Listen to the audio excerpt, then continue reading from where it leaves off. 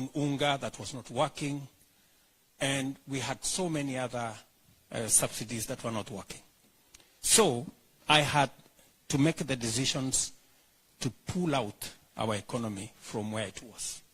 And the choices were few. Either I made the difficult choices, or I'll continue to borrow more money, and default was imminent. In fact, I remember same thing, 10% every employee, 5% every employer. In Kenya, 200 shillings employer, 200 shillings employer. MNOs, we agreed that we will get them out. We brought in the Hustler Fund to backstop everybody. Today, we have liberated everybody from the CRB. Now, we have a better ecosystem.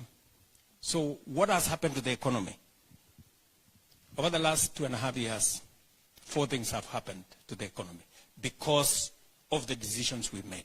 Number 1, inflation has come down from 9.6. Check it today. It is 3.8. Number 2, our exchange rate, which was close to 165 for the last 14 months, our exchange rate is at 129, down from 165. What is the position of our dollar reserves? It's gone up from $6 billion as of last month. It was $11.8 billion, our dollar reserves. It's gone up from 2.5 months of import cover. We are now at 5 months of import cover. If you follow world economics, IMF last month announced that Kenya has moved from being the 8th largest economy in Africa in 2022 to being the 6th largest economy in Africa this year. So the decisions we made, difficult as they were, has given us dividends. Our exchange rate has stabilized. Inflation has come down. And our numbers are looking good. It is a commitment I made to the people of Kenya. It is a commitment I am willing to do an exam on as to whether I passed or I did not. Number 2, you know very well that when we were running for office, we had a huge problem of cost of living. Unga was retailing at 240. We had many other issues. And I made a decision that we are not going to continue subsidizing consumption. And I said it in black and white, that instead of subsidizing consumption, which never solves any problem, we were instead going to invest in production. It is the reason why we put more money, not in subsidizing unga, not in subsidizing fuel. We put more money in subsidizing fertilizer, seeds, and the agricultural sector. We managed to bring down the cost of fertilizer from about 6,500. I remember when I discussed with KTDA, down to 3,500, and finally down to 2,500. We managed to subsidize seeds. We managed to work with the farmers. We registered all the farmers. For the first time, government of Kenya was working on data. We had never registered our farmers ever since. But today, I can confidently tell you we have 6.5 million farmers. We know those who do coffee. We know everybody's farm, the size. We know those who do tea. We know every farmer's detail. And we can direct subsidies to the people who need it most. As a result, And by the way, the process of registration of farmers was very interesting. We had been given a bill of 6 billion shillings by somebody who wanted the process of registering farmers. We didn't have 6 billion shillings, and I was not willing to look for it. So what did we do? We mobilized our chiefs, assistant chiefs, and Likuru, Mzee wa Mitaa, all those people, because they live in the villages. Today, we have a solid database.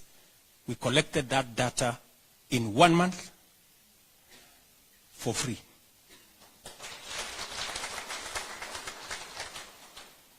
And I can tell you that the challenges we used to have in distributing fertilizer, distributing seeds, are now behind us.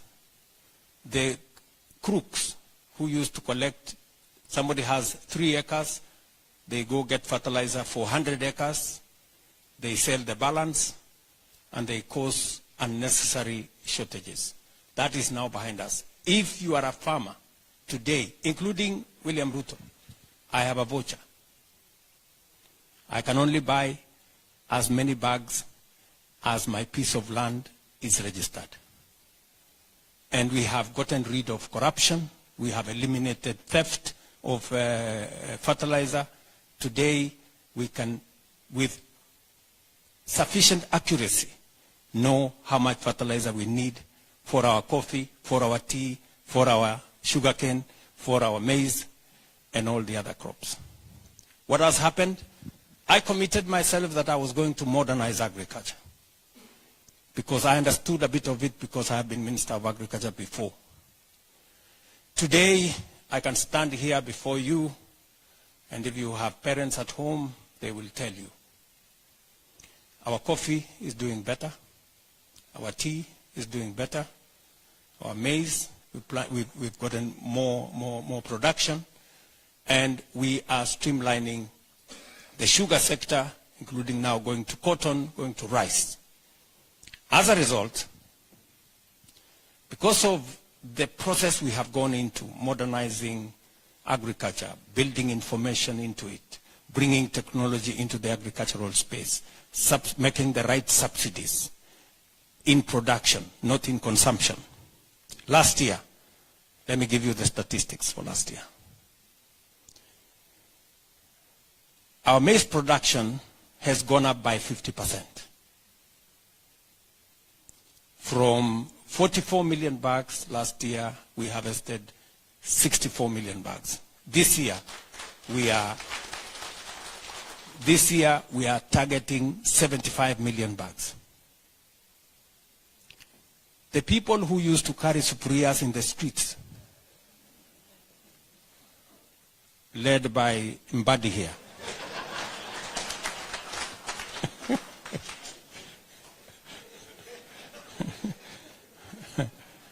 yeah, have left the streets, because the price of unga has come from 240, is now 160, 140, 120. Tea. In 2022, we sold our tea exports and sales were 138 billion. Last year, our tea was 215 billion. Those of you sitting here who grow coffee, a kilo of coffee was 65 shillings in 2022. A kilo of coffee today is between 110 and 150. Why? We have subsidized fertilizer. We have chased away the cartels.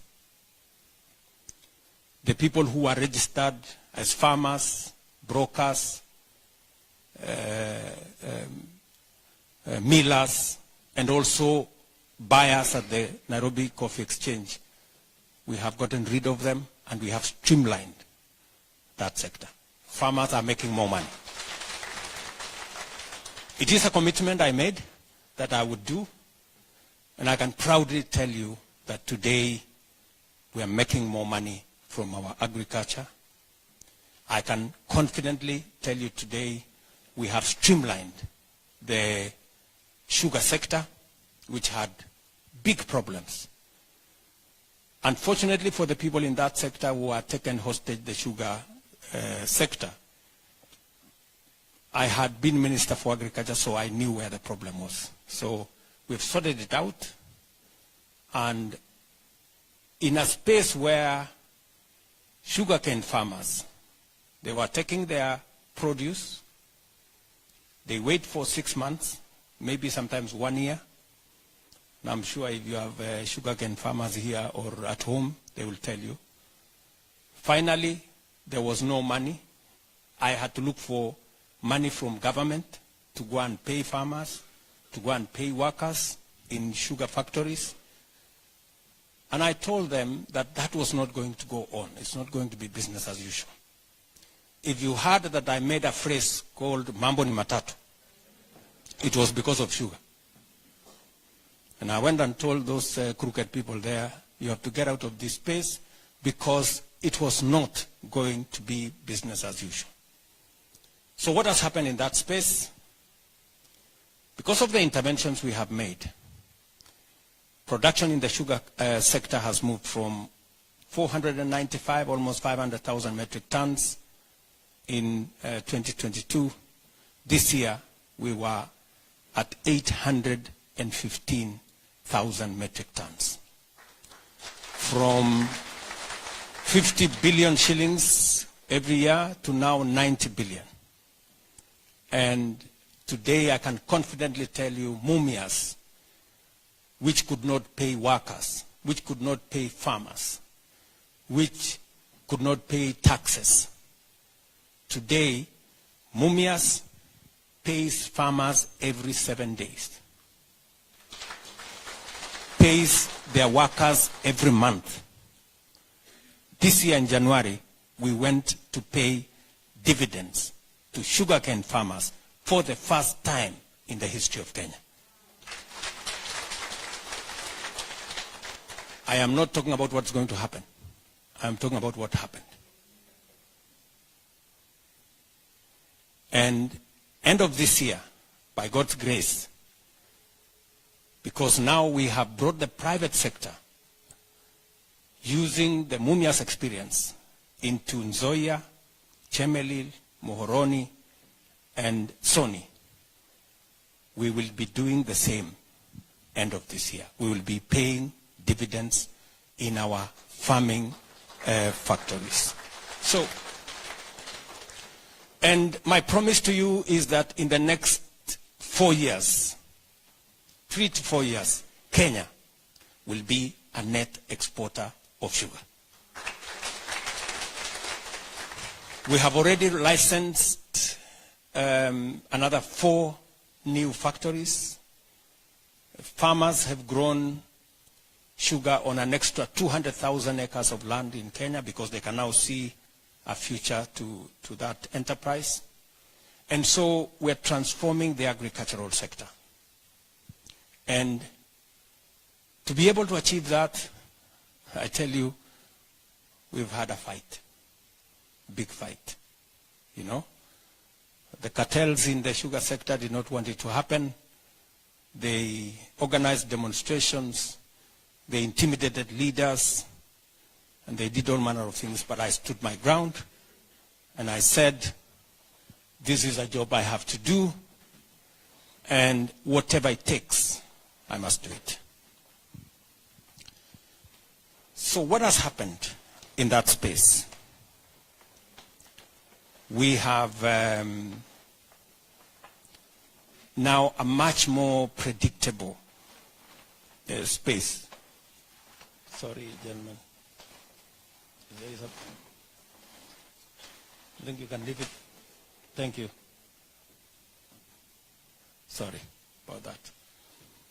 Okay, so what I can tell you is that because of the interventions we have done in the agricultural sector, and we are still miles away, we have now started interventions in the in the rice sector because we are still importing 70% of our rice. We shouldn't be.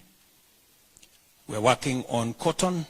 We're working on other value chains. And so that will eventually help us in two ways. Number one, we will substantially reduce the cost of living because a huge portion of the expenditure of citizens is expenditure on food. It goes all the way to 55%. If you reduce that, then you substantially reduce the cost of living. So my assurance to you and to fellow citizens in Kenya is that because of the interventions we've done in the agricultural sector, we have reduced imports of maize, for example, by 80%. And we have reduced imports of sugar by 70%. Let me tell you this. We have been spending 500 billion Kenya shillings every year to import food, to import edible oil, to import sugar, maize, wheat, rice, 500 billion shillings every year. It is my intention, at least this year, I have reduced from 500 billion to 280 billion. I've cut off 220 billion. My intention is to cut it down to zero. And we can do it in 3 to 5 years. And it is the reason why, it is not by miracle, it is the reason why we have more money in our foreign exchange. The reason why our foreign exchange has grown from $6 billion to 11.8 is because we are using less of our money to import food which we can grow locally. Are we together? Yes. It doesn't require any magic, doesn't require any rocket science. It just requires making the right decisions. Let me take you to the third issue that was of importance to me because it is a commitment to the people of Kenya that I made, and it is the subject of education. We all know here that education is the equalizer that makes all of us equal, all children equal. We had a problem with the CBC. I remember when we were in the campaign trail, many people said we should abolish CBC because parents did not know what was going to happen. They didn't know where junior school was going to be. It was not clear. So when I got into office, the first thing I did was to set up a task force led by Professor Munavu, and I put there very seasoned educationists and other professionals. They came up with a roadmap, which we quickly implemented to sort out CBC. We had huge problems with our university funding model. 23 universities were technically bankrupt. Many of them were paying half salary to their lecturers. You know that, cases of Egerton and many of the others. And we had very serious and acute shortage of teachers. So what has happened? Over the last 2.5 years, number one, we have hired 76,000 teachers. We are hiring another 24,000 teachers before January. So we will have 100,000 new teachers teaching our children. Number two, we have changed the funding model from being resources to the university. We now have a student-centered financing model that makes sure that we treat every student fairly so that students from poor families can get up to 90% government scholarship. Because it is necessary for us to make sure that every child has an equal chance to education and an equal chance at life. We have also expanded infrastructure because there was clarity that many of our schools did not have adequate classrooms. Many of them had never seen a laboratory. So we have put up 23,000 new classrooms. 1,600 new laboratories are being built from 1st of this month so that we can create sufficient infrastructure to give an equal chance to all our children to do their education. So in that space, again, you had, there was kelele, because we said, you know, how do we, my child, I pay 200,000 every term in an academy, you know, but when I'm told, pay 50,000 a year, not a term, 50,000 a year for university, I have a problem with it. You know, because we have to live within our means. We couldn't afford to pay for all our children in university. So we had to reorganize that funding model, and that's why we made it student-centered. So a bit of kelele here and there, but we have since stabilized it. I remember going to cooperative university in Karen. And I had a conversation with the Vice Chancellor, I think he's called Professor Kamau. So I asked him, Professor, I want a honest feedback. What is your feedback on the new funding model that we have, that is student-centered, and the other model? He told me, Mr. President, I will tell you three things. Number one, I can pay all my lecturers on time. I can pay all my suppliers on time. And I can pay your taxes on time. But then he said that there is something you need to correct. There are some students that sometimes are put in the wrong band. So you need to make sure that the means testing instrument that places students in different categories is accurate. I told him, thank you very much. That is good feedback.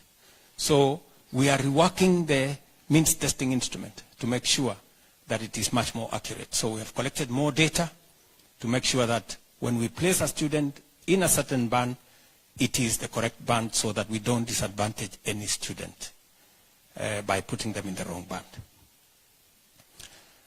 I know I know time is running, so I want to conclude by saying two final things.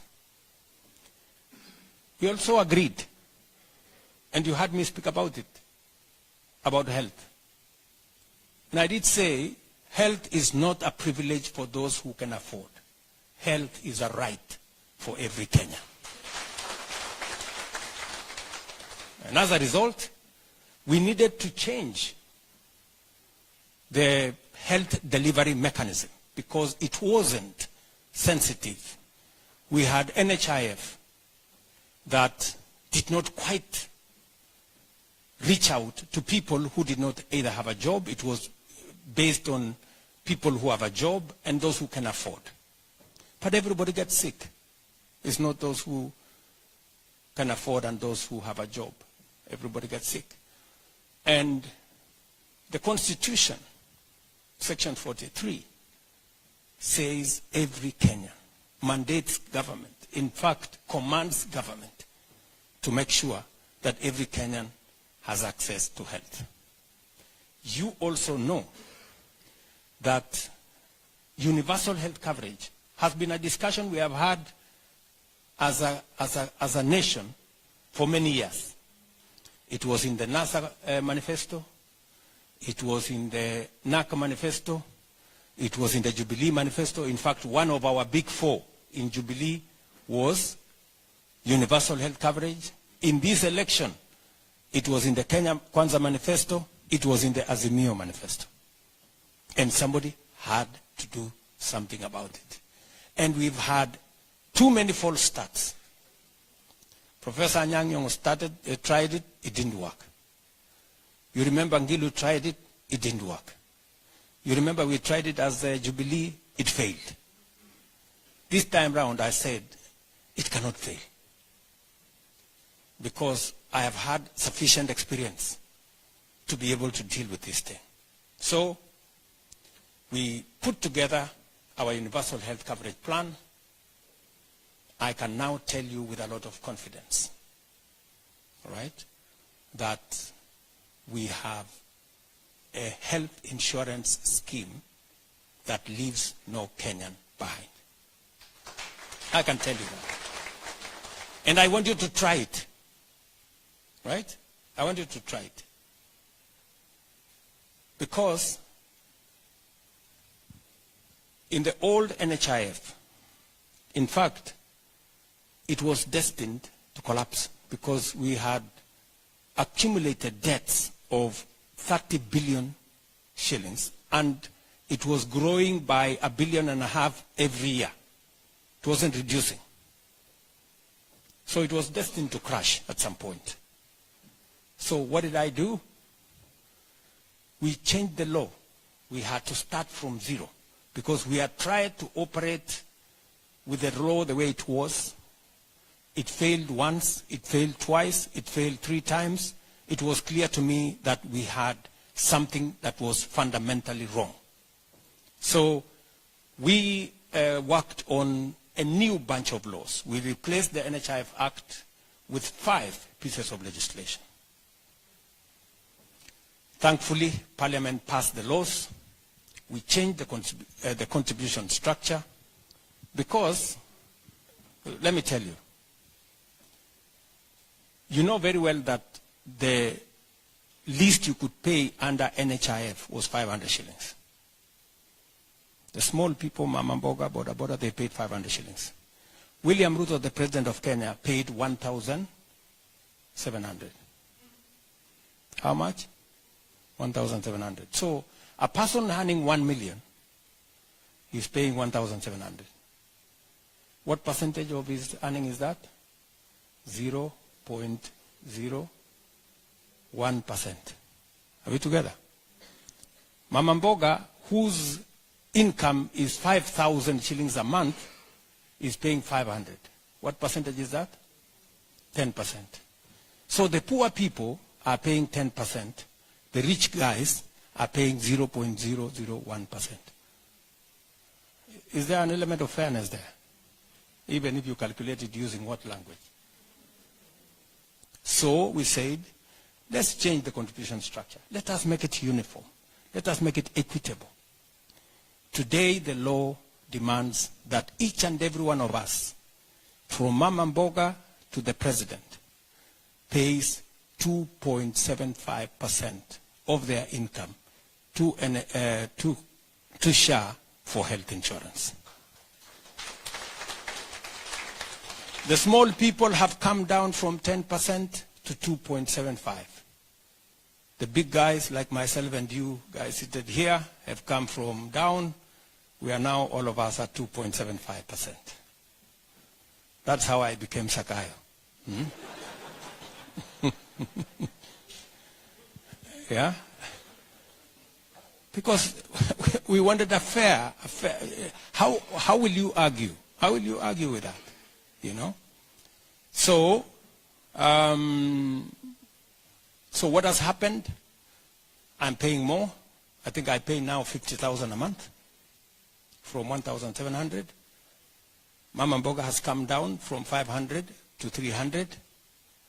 Are we together? We're raising more money. We're actually raising 3 times more money than we were raising in NHIF. Are we together? And today, it is possible for Mama Mboga, who never imagined that they would go for surgery and they would not have to sell their land or their livestock to pay, that SHA today pays for citizens equally. And you will hear many stories of what SHA is doing. As I talk to you on a daily basis, people in the informal sector who never participated in NHIF, they are registering. 50,000 people are registering every day on SHA. We had 7 million people. Do you know how many people we have today on the platform? 24 million. How many? 24 million. That is how transformative it is. So, and by the way, people are registering voluntarily. Today, if you ask somebody to go to come and do a fundraising for you because you have a health bill, the first question they ask you, are you registered in SHA? Because they know if you are registered in SHA, at least a portion of your bill would have been settled. And if you are not, they will tell you, instead of us doing the Harambee, let me register you in SHA, wende upambane na mambo mbele. So, I can tell you it's not perfect. It's not 100% there. But I can tell you we are on course. And I am determined and I'm clear that it's going to work. Because we have applied our mind to it. It took us almost a year to put together the legislation that now underpins our health insurance delivery. And my commitment is that to give every Kenyan a chance. If you want to try, *147#. I think that's a correct, somebody correct me if it is wrong. Correct? *147#. You will land on the SHA platform. You can register yourself there. They will take you to a place where they will assess you. And my commitment was let everybody pay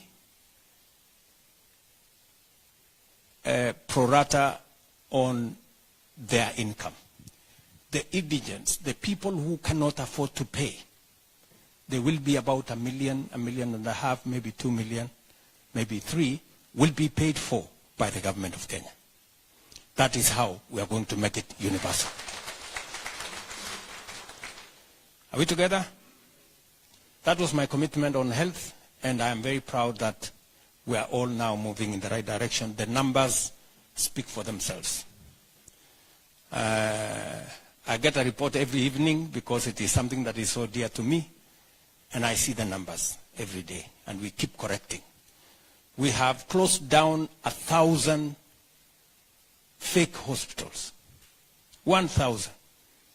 And we are closing a few in the next coming days.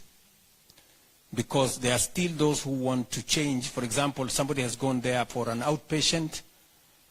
They want to change it to be an inpatient so that they can claim more money. Those ones, we are going to shut them down. And we're going to make sure that the program is clean. What have we done? We deploy technology. Today, there are no exercise books. Whenever you went to hospital, you would carry a small slip, then the doctor writes something there, and then you go to the next place, and then we stop that. Now we have moved to a digital platform. Admissions are digital. Discharge is digital. Claims are digital. And we can track. That is why it is easy for us to discover who is doing what game. Just for you to understand the numbers, in the last 8 months, we have paid for treatment of 4.9 million Kenyans under SHA, and we have paid 53 billion Kenya shillings. By the end of the year, we will have paid something in the order of between 75 or 80 billion Kenya shillings for treatment.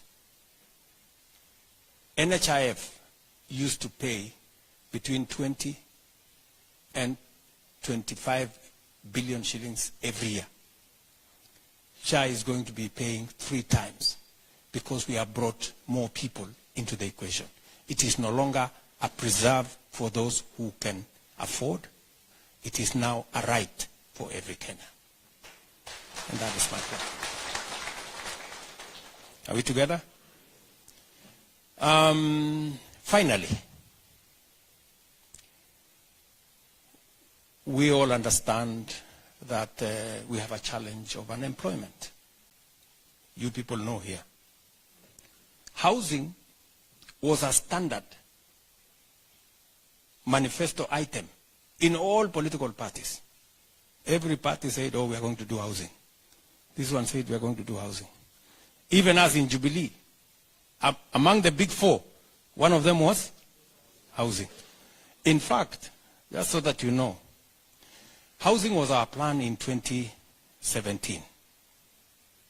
So we went to the campaign, we talked about housing, said how we are going to do this thing. And we actually went out of our way. So when we won the election, my good friend Uhuru Kenyatta, my boss then, told me, look, this housing, I have a very good person who I know. I met him in South Africa. Okay, we must look for him. I told him, Mr. President, please, let's look for him. We looked for the fellow, we found him. He's called Charles Hinga, this man here.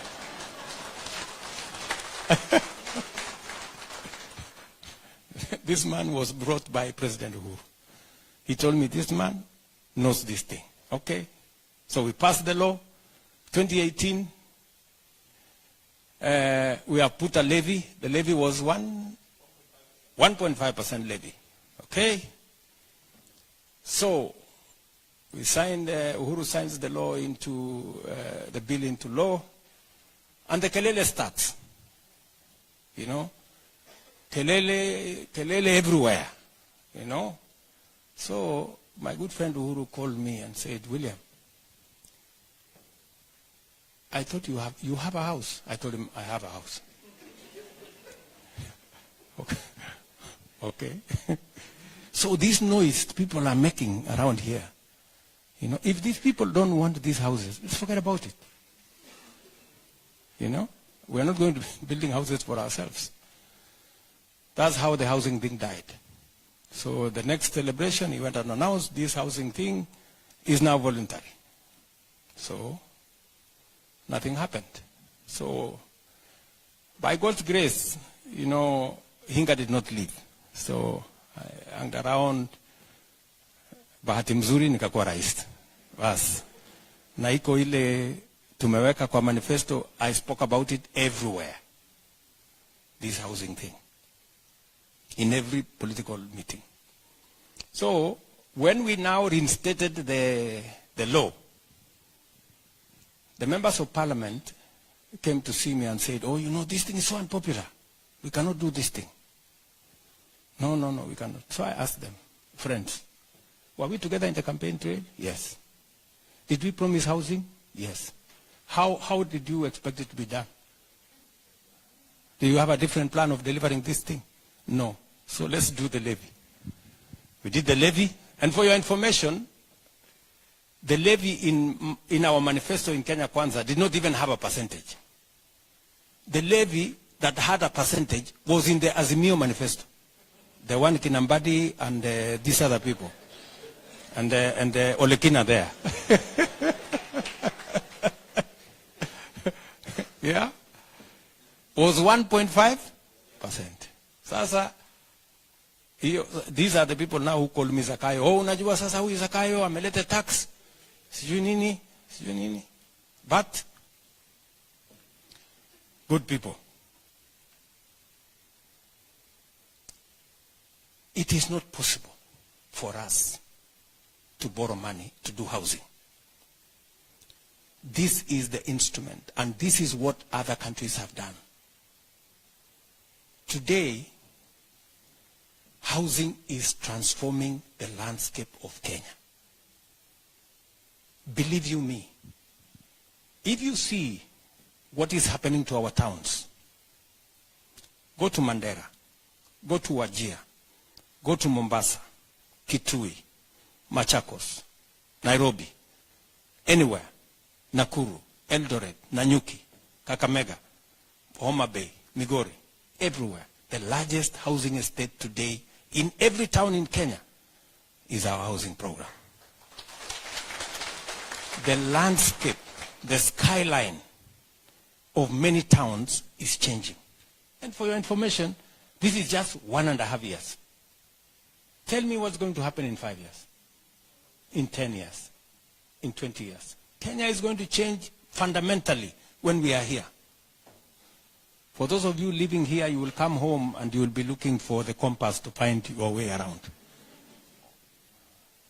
Are we together? And not just that, you've heard from Hinga. Apart from that, we have big dividends. We have 300,000 people now, actual people working. We have architects, quantity surveyors, engineers, plumbers, artisans, electricians, carpenters, masons, name them, working. People who have gone to school, people who have certificates, people who have come from college, they are finally finding a place to do some formal work. Not just that, we have now whole construction industries developing. To do doors, to do windows, to do hinges. And we are moving on now to tiles. Shortly we will be doing lifts. We already agreed that we work on companies that will now come and set up shop in Kenya to do lifts. And on and on. So a whole construction industry is developing in Kenya. We have a pipeline of 700,000 houses. You've seen the numbers here. And we are going to not only create jobs, not only create industries, but we are also going to have to get rid of the 7 million Kenyans who today live in slums. And we're going to have, better living conditions, places of dignity. Sometimes, you find some arguments. Oh, who told this man that we needed houses? I get those kind of things many times. But you see, ask yourself, somebody who shares a toilet with 5 other families, one that you have to pay to use, people who have, there is no road, electricity much more expensive, water is much more expensive, living in Kenya. For those of us who live in houses that have 2, 3, 4, 5 toilets, you take them for granted. There are people who don't have a toilet. In fact, many of the people that we've given social houses in Mukuru, the best thing they celebrate is not the house. It is the fact that they have a toilet of their own. I mean, look at that. Look at that. That's how serious it is. And that is how so much of indignity that sometimes people live in, which we take for granted.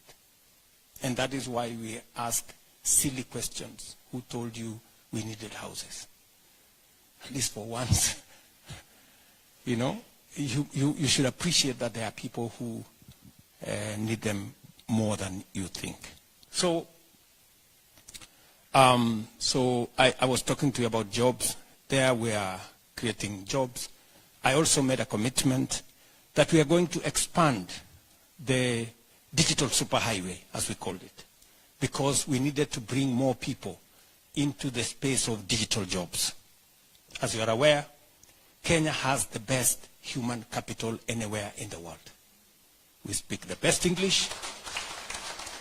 I say we only speak, we are only second to the British. Yes. We speak the best English. Anywhere, ask any corporate, anywhere in the world, they will tell you Kenyans speak the best English. And we have the best education. And we are the least supervised when we are given a job. So we have the best human capital. And therefore, and we live in a global world. It is said, and statistics are there, that 40% of the world's workforce will come from Africa by 2050. We need to take the front, we need to step forward early. Are we together? And that is why Roslyn is here. The reason I asked this girl, my PS,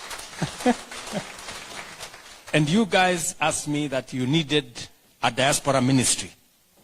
We didn't get a diaspora ministry. I couldn't stretch it that far. But I got a state department dedicated to matters diaspora.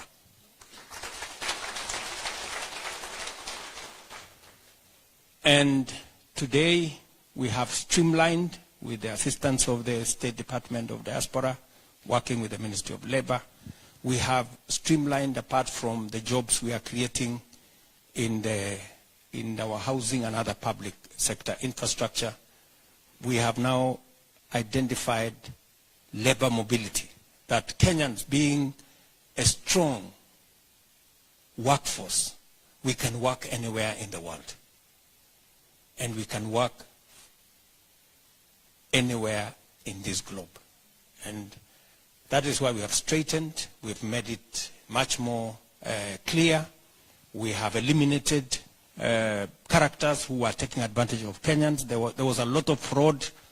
We had 1,600 registered, those agencies, they're called what? Yes, private recruitment agencies. We had 1,600 of them. Many of them were crooks.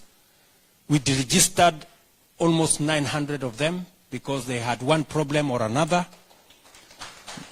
We demanded that any job placement must be put on the portal. We now have a portal so that we can make sure that we can track any Kenyan who is going to work outside Kenya. We must know where they are going, which company is employing them, how much are they being paid, what kind of job are they doing, and how do we get them to come home when it is necessary. And that's the job Roslyn has. Because we have streamlined that whole space, we now have a good record of Kenyans working abroad. In the last 2 years, ever since we streamlined that space, how many Kenyans have we placed there, Roslyn? 400,000 Kenyans. You know, when I say this, people cannot fathom. They can't believe it. But that's the reality. And the statistics are there. And for your information, our remittances from diaspora remittance has gone up from $4 billion in 2022. We are now at $4.95 billion. We have almost $1 billion more. That is 120 billion shillings more because of the more Kenyans that are now working outside Kenya. It is my intention to take that to not $5 billion as you may be waiting, to $10 billion, and it is doable. It is also the reason why today we have more reserves, because we have more people working in that space. That's number 2. Number 3, finally. I could tell you number 4, number 5, and number 6, but let me leave it at number 3. We are expanding the space in our digital jobs ecosystem. We now have 185,000 people working on our digital jobs platform. From CCI, if you go to Ruiru, you will find 5,000 people working in one building at CCI. And you find many other smaller, including in our TVETs. There are many Kenyans now who are earning in dollars, working on the digital platform, because we have streamlined that space, and it's the reason why we are spreading fiber optic around Kenya. So you should just know that apart from sometimes the many insults in the social media, there are people who are using the internet to earn real money. Forget about the insults. Forget about the pornography and all the other things there. There are people who are using internet to earn money and to sustain their livelihoods and to sustain their families. And that is the space we are working. So we are deliberate about where we are creating jobs. I can tell you with confidence, we have 300,000 jobs in the housing sector. You can go and see it for yourself. We have 400,000 Kenyans who have gone out in the last 2 years. We can give you the statistics and their names. We can tell you with confidence that we have Kenyans working in the digital space. We know where they are. We know what they are doing.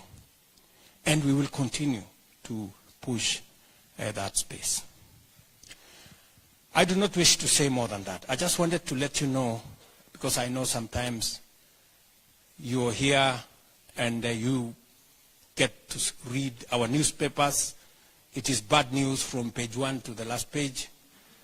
Headline after headline, you will think home is burning. I want to tell you that